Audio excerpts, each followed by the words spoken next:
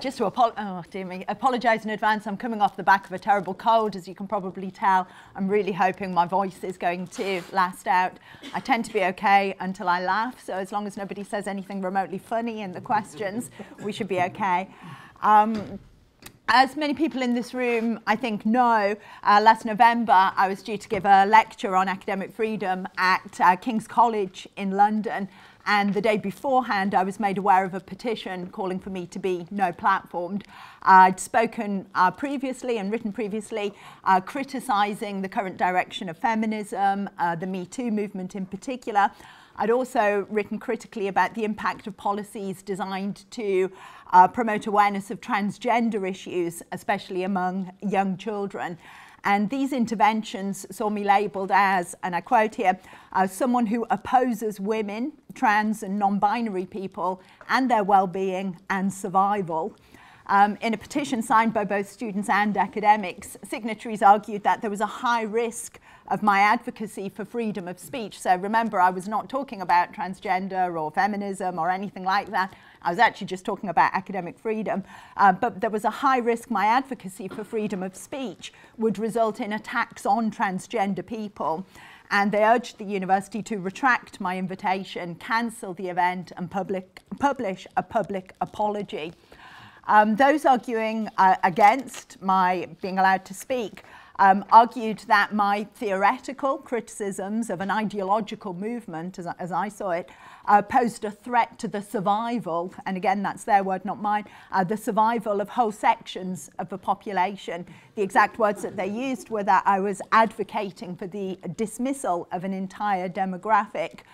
They drew a very direct link between my arguing for freedom of speech and physical attacks on transgender people. And I don't want to go on about that anymore now, but I think these complaints fit what's become an established pattern where criticisms, or indeed any comments that originate from outside the particular identity group being discussed, are routinely dismissed not just as offensive, but as actually harmful, with a very expansive definition of harmful, harm that equates words with physical violence. This position then justifies calls for censorship. I mean, if you really do think that the audience of your talk is going to run the risk of being physically attacked, then of course there is an onus on the university to close the talk down.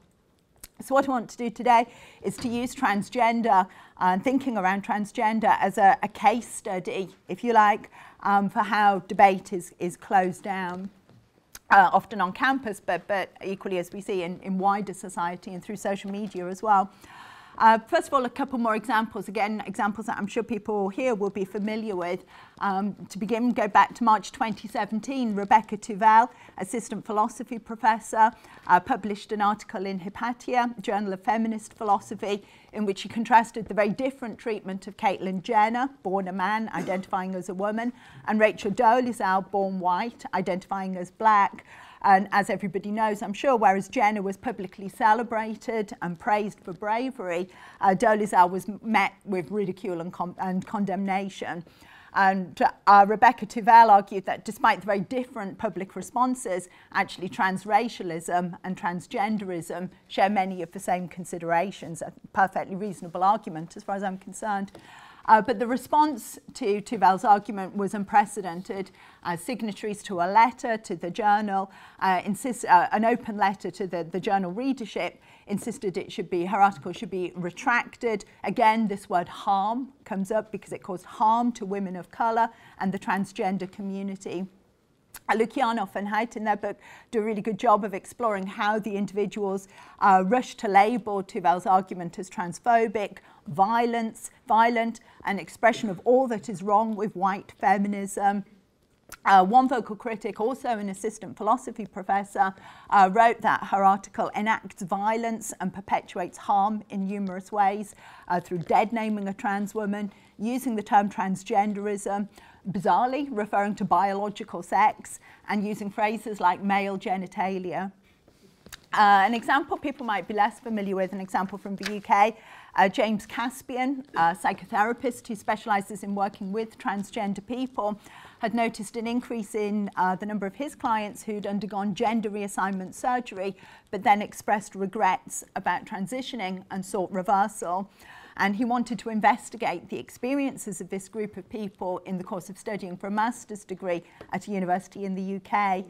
His research was initially given approval, but then when he struggled to recruit enough participants and he wanted to broaden out the target for his research away from just people who had sought to undo their surgery. That's probably the wrong term, undo the surgery, but you know what I mean. But people who'd regretted transitioning and lived as their birth gender, but without reversing the surgery. At that point, he was told that the research couldn't continue. And the fundamental reason given, Caspian explains, was that it might cause criticism of the research on social media, and criticism of the research would be criticism of the university. Essentially, this was harm to the institution. So again, you can see all the work that this one word harm is being expected to play. When it comes to transgender issues, the university's ethics committee was prepared to shut down research for fear of harm to the reputation of the institution. So, to take a step back then and think about where this is coming from, how we've arrived at this situation where transgender in particular seems to be a topic that's just so off limits it can't be discussed. It's a relatively new term, as I'm sure people know. Generally today it's used to refer to individuals who, for some or all of the time, identify with a gender other than their birth sex. Some may have had surgery and transition to bring their body in line with their self-perception.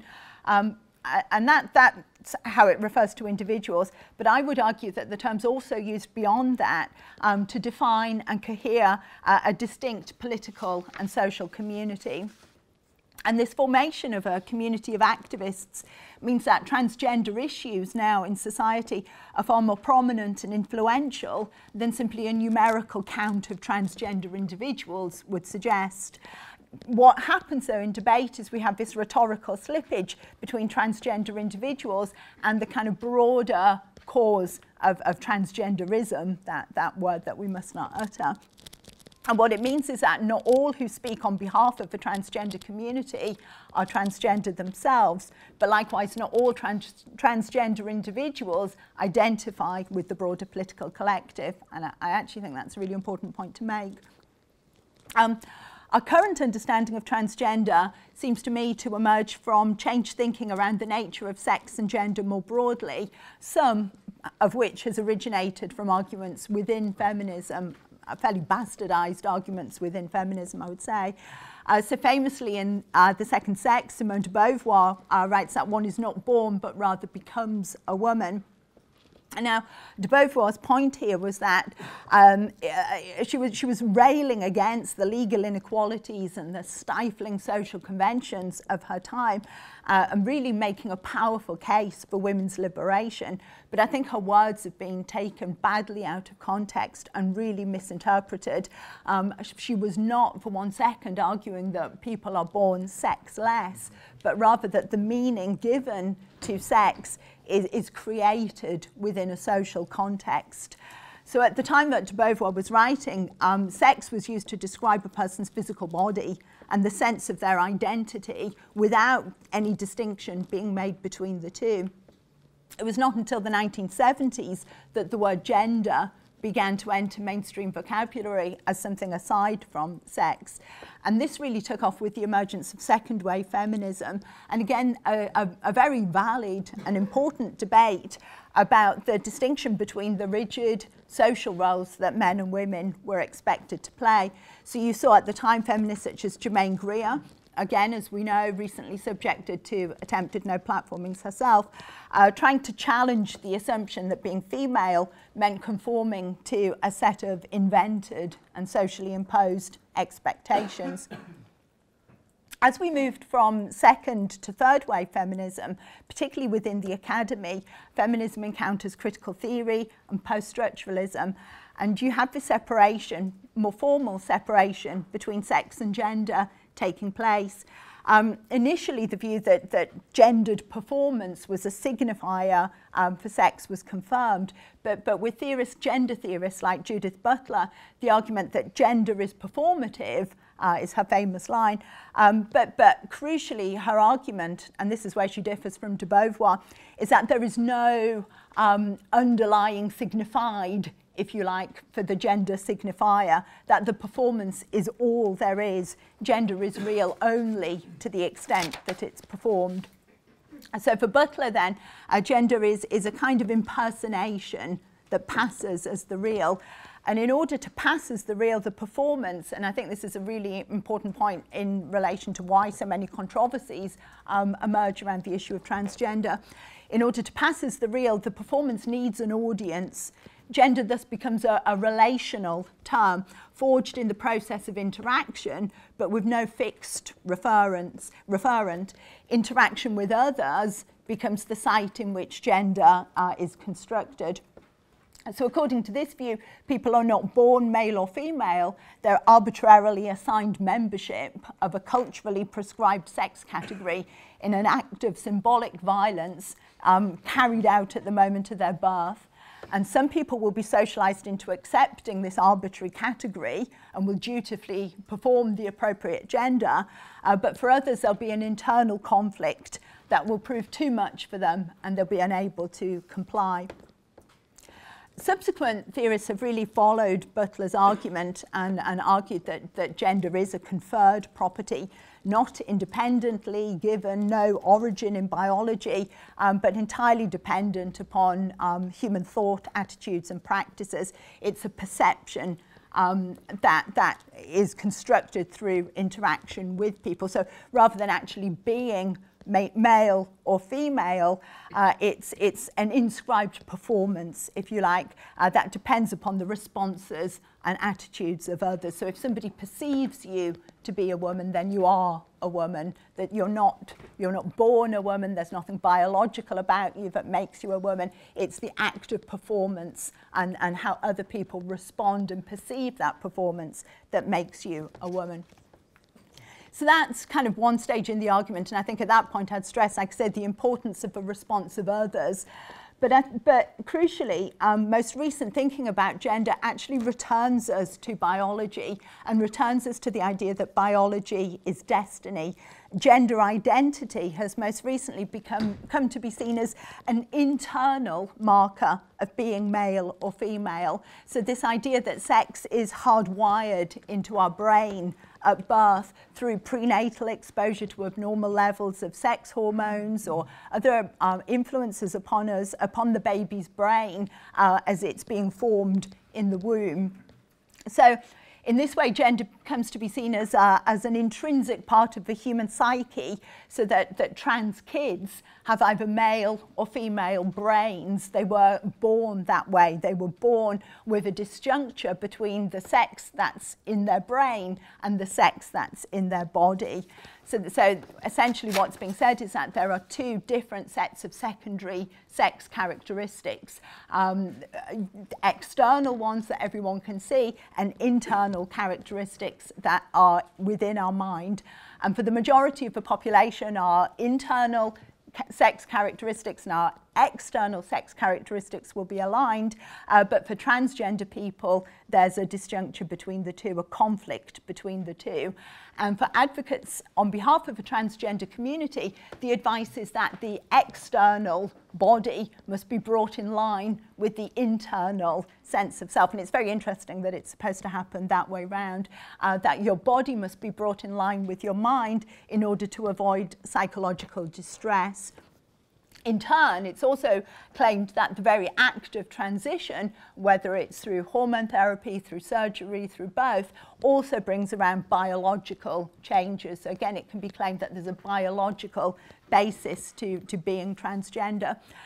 And I think this is a really clever argument in many ways, because the return to biology in our thinking about gender forms the basis then for a collective identity. So to be transgender is not just to make a claim about individual identity, it's to stake a claim to a biologically based group membership. And again, I think what's interesting is that in the past, radical activists rejected a biological basis for identity, rejected the idea that group membership was based on your biology. This was seen as being reductionist and essentialist perception of who people were. But in contrast, today's transgender activists are demanding recognition of their allegedly innate differences, believing that membership in a biologically or essentially distinct group should entitle them to civil rights and legal protections. But of course, locating gender within the brain and then staking a claim to group membership on the basis of this biological brain-based identity creates a problem. And the problem is that our brains, the contents of our brains are simply not visible to the outside world in the same way as other secondary sex characteristics. And so as a result, transgender people need to act out the content of their brain-based gender identity in order to make it visible. And again, we return to performance. The performance needs an audience. Participants need to confirm or deny a trans person's true identity. So eliciting the correct response from other people becomes essential to confirming that the identity you have in your brain is indeed the true sense of who you are. You need that public acknowledgement. And obviously today, the social interaction we have with other people takes place not just face-to-face, but through the internet, through social media. So for a trans woman, being barred from a female-only changing room and being misgendered by an anonymous Twitter user are seen as equivalent threats to their sense of self. Indeed, the social media misgendering actually may pose a greater threat because it's an interaction that could have a far wider audience. In instances where a trans individual's gendered performance doesn't pass or is actually rejected by others, it becomes imperative that they assert their true identity. Their sense of self depends upon compelling others to enact appropriate responses to confirm their self-perception. You can see here how language comes to play a really crucial role as the means through which gender is confirmed or denied. Speech acts become an essential part of the performance. Referring to someone as female, for example, is not only considered to be descriptive, but actually normative. It assigns someone to a particular role. So you can see how a lot of the controversy that's been sparked on campus around transgender issues has focused on pronouns, for example. Now, who would have thought that such little words as pronouns could be at the heart of so many controversies? But as a result, we've seen pronoun badges distributed to incoming students at some universities. Participants to some academic conferences also either receiving pronoun badges or the practice of introducing yourself with your pronouns. That's come to be accepted at some universities. And I think the demand of transgender activists here is twofold and threatens free speech in two ways. Firstly, there's the freedom to name themselves and to name the world as they decree, thereby overriding social and linguistic conventions. And secondly, and I think far more threatening to free speech, there's the demand that other people must obey their decree and use the language that they dictate, that other people must use the language that the trans person says is the correct word to use, whether or not that seems to fly in the face of reality or not.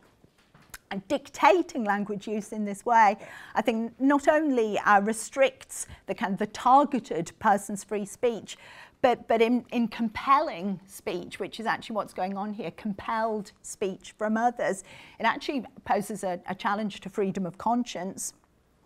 I think the right to determine the language use of others becomes significant to the transgender community as a means of compelling others to confirm the truth of their identity. And in this way, language is considered by academics and linguists, but also by political campaigners, as constructing, not just reflecting reality. Thank you. We can see how a new vocabulary then has emerged from the transgender community. The crime of dead naming, referring to a person using the name before they transitioned, has become established, as has the prefix, I'm sure you've all heard, cis, to refer to cisgendered people, people whose gender does identify, people who do identify as the gender they were assigned at birth, which is another new phrase. And I think this use of the word cis in particular, CIS, is very important because it linguistically frames the majority of the population as no longer simply the norm in terms of sex, but also as expressing a specific gender identity, whether they actually choose to acknowledge that or not.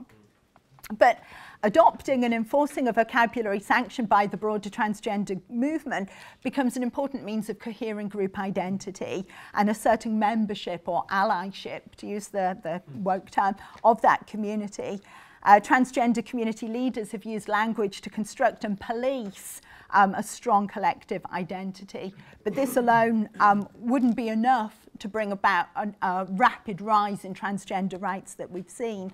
And here's, I think, where the focus on transgender people actually becomes only half of the story.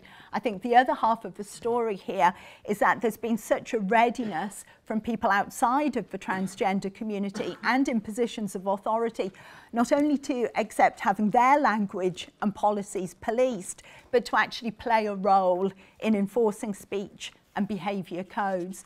So I think the success of the transgender rights movement is premised on people in positions of authority across media, universities, schools, councils, you name it, to enforce the speech and behaviour codes on behalf of transgender people that might not even exist. You know, you might not even have transgender children in your school, and yet the insistence on policing language and behaviour on behalf of transgender people becomes all important.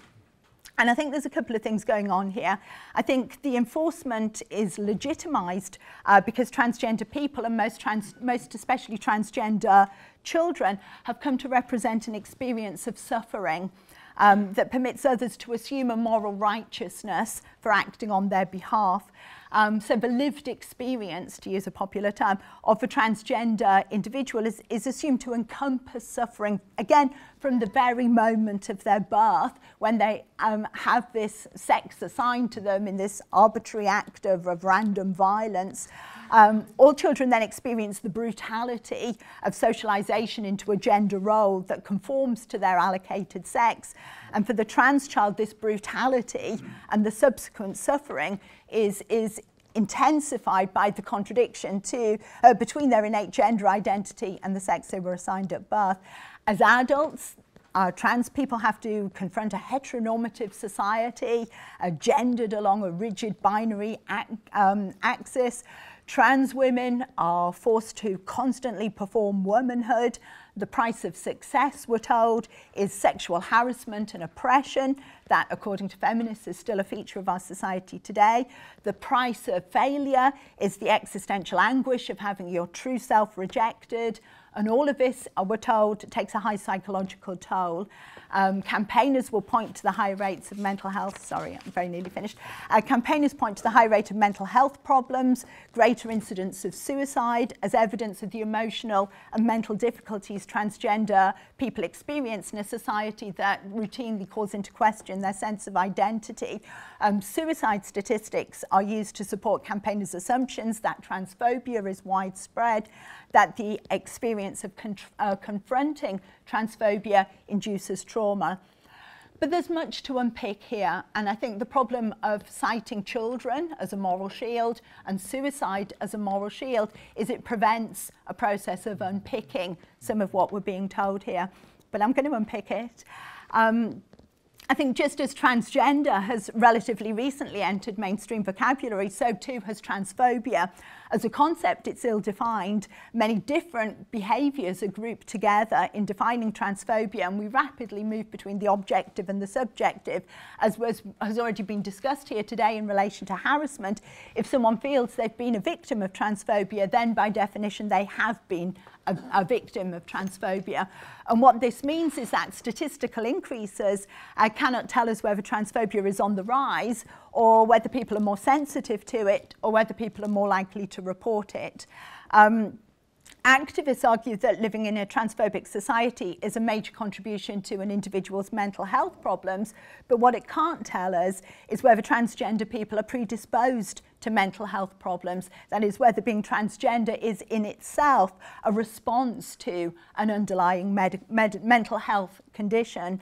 The personal suffering experienced by members of the transgender community takes on a more collective and powerful force in the context of a society that valorises victimhood. We're told that trans women in particular encounter prejudice and experience trauma, yet at the very, very same time as we're told that, transgender women are celebrated for this experience of suffering. So we know that famously Caitlyn Jenner was named as Glamour magazine's Woman of the Year in 2015. The suffering transgender people are assumed to endure is used to lend authority then, my argument is, to people in positions of power who claim to act on their behalf. So institutions such as universities are more likely to relate to students, or or prisons relate to inmates through a therapeutic lens that positions people as traumatized and vulnerable rather than robust and able to exercise autonomy over their own lives. And through acting on behalf of and in support of the transgender community, managers are able to adopt the moral authority of the victim in order to legitimise, if you like, the policing of speech and behaviour. This new exercise of authority, the literal policing of social media posts in the UK, for example, is premised on this defence of the vulnerable, but it's an authority that lacks a broader political legitimacy, the legitimacy that more traditional forms of power came with, a mandate of democratic consent, for example. And I think for this reason there's a pervasive insecurity that underscores or perhaps even then necessitates a more authoritarian course of action. So although transgender rights are promoted in the name of tolerance, their enforcement, as we saw with the petition against me and other examples of attacks on academic freedom, their enforcement is actually extremely intolerant, not just of criticism, but of any degree of questioning. Discussion, any discussion, is presented as potentially calling into question the rights of trans people to exist. In such a context, then, curtailing debate and censoring free speech takes on the mantle of a crusade, not just for justice, but far more importantly, for emotional safety. The concern to avoid harm suggests that on the one hand, words are considered to be extremely powerful, while on the other hand, people are not at all powerful and are in fact extremely fragile. Finally, just to return to academic freedom, we see speakers now platformed for allegedly transphobic views and restrictions on research that call into question the new orthodoxies around gender. Universities are considered to have a duty of care towards students, especially the most vulnerable, and this comes into conflict with the freedom of others to discuss and debate ideas. Demand for equality, increasingly interpreted through the trans movement as compelled speech, comes into conflict with academic freedom. When definitions of harm become so elastic, they stretch from physical violence to psychological distress, from individuals feeling personally uncomfortable to claims that indeterminate others may be harmed, claims can be made not just by individuals, but by others speaking on their behalf. It seems only logical that harm can be inflicted on the reputation of an institution, for example. What's more, when it's accepted that free speech and safety, academic freedom and equality are in opposition to one another, then sacrificing academic freedom to protect the reputation of the vulnerable and the reputation of the university is once more only logical. I've got one sentence left, and I know I've already really gone over time. Challenging these new orthodoxies about gender, I think, requires us to actually return to some of the principles established by Simone de Beauvoir, and particularly her defence of the individual woman in this instance, able to determine for herself how to respond both to biology and to society. I think it requires a robust defence of all members of the academic community, staff and students, as not being emotionally fragile and in need of protection, but actually robust enough to cope with intellectual debate. Thank you.